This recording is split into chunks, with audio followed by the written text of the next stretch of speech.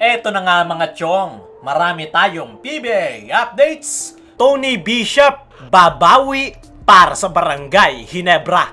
Bad news para sa high flying forward ng Ginebra na si Jamie Malonzo. Missing in action nga itong si Jamie Malonzo sa nakalipas na 2 laro ng Ginebra ngayong conference. Napakalaki pa naman ng role na ginagampanan nito sa sistema ni Coach Tim Cone.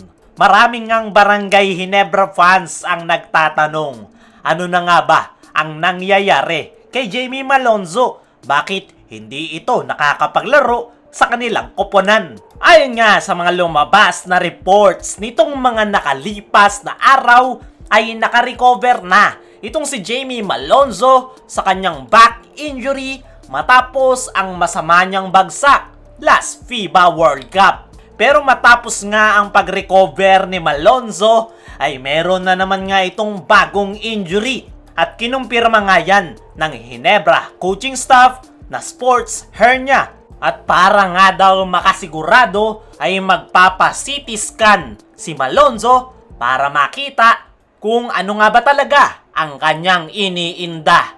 Yan nga yung public reports na lumabas patungkol kay Jamie Malonzo. Ilang araw na nga ang nakakalipas ay walang update na nilabas patungkol kay Jamie Malonzo. Pero ayon nga sa ating mga trusted source ay wala pang araw kasiguraduhan kung kailan makakapaglaro si Malonzo para sa Barangay Ginebra. Posibleng mapabilis at agad natin itong makita sa Ginebra at possible din daw na matagalan bago ito magbalik aksyon sa kanyang kupunan. Pero sakaling ang sports hernia talaga ang iniinda nitong si Jamie Malonzo ay medyo matatagalan ang kanyang pagbabalik sa Barangay Ginebra dahil kinakailangan niya ng 6 to 12 weeks recovery period. Depende pa yan kung gaano kalala ang kanyang sports hernia. Pero ano nga ba ang sports hernia? Yan ay isang karaniwang nakukuwang injury ng mga athletic player dahil napupunit yung soft tissue sa kanilang groin area.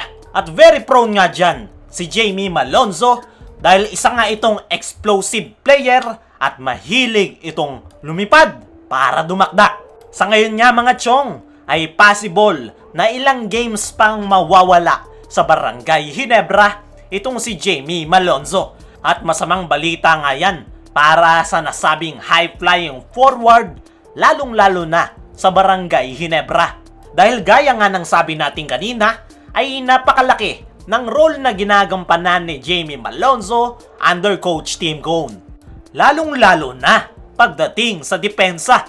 Dahil ito nga si Jamie Malonzo yung pinaka-ginagamit ni Coach Tim Cone na defender sa mga imports. At ngayong Commissioner's Cup nga mga chong ay kailangan na kailangan ng Ginebra ang depensa ni Malonzo dahil maraming mahusay na imports ang kinakailangan niyang mabantayan. At kung nakapaglaro nga lang si Malonzo sa nakalipas na Manila Clasico ay panigurado na iba yung naging resulta ng laro dahil madidepensahan nga nito si Tyler Bay na naging dahilan kung bakit nakakambak ang Magnolia Hotshots. Sa ngayon nga mga chong ay walang kasiguraduhan kung mapapabilis o mapapatagal palalo yung pagbabalik ni Malonzo sa kanyang kupunan. Sa kabilang banda, Tony Bishop babawi para sa Barangay Ginebra. Sa nakalipas nga na Manila Clasico ay biglangang nawala itong si Tony Bishop, especially sa 3rd to 4th period. Kaya naman, maraming Barangay Ginebra fans ang nagsasabi na hindi daw kayang i-take over ni Tony Bishop ang kanyang kupunan. Pero dyan nga kayo nagkakamali mga chong dahil natapat lang talaga na off night yung laro ng nasabing import, nadagdagan pa ng pagiging pisikal na depensa ng Magnolia Hotshots. Pero ayon nga sa naging latest interview nitong si Tony Bishop ay aminado nga ito na hindi naging maganda yung kanyang performance sa kanilang last game kontra Magnolia Hotshots. Pero ipinapangako nga nitong si Tony Bishop na mas dodoblehin niya pa yung kanyang effort sa kanilang mga susunod na laro at uumpisahan niya nga daw yan sa kanilang team practice.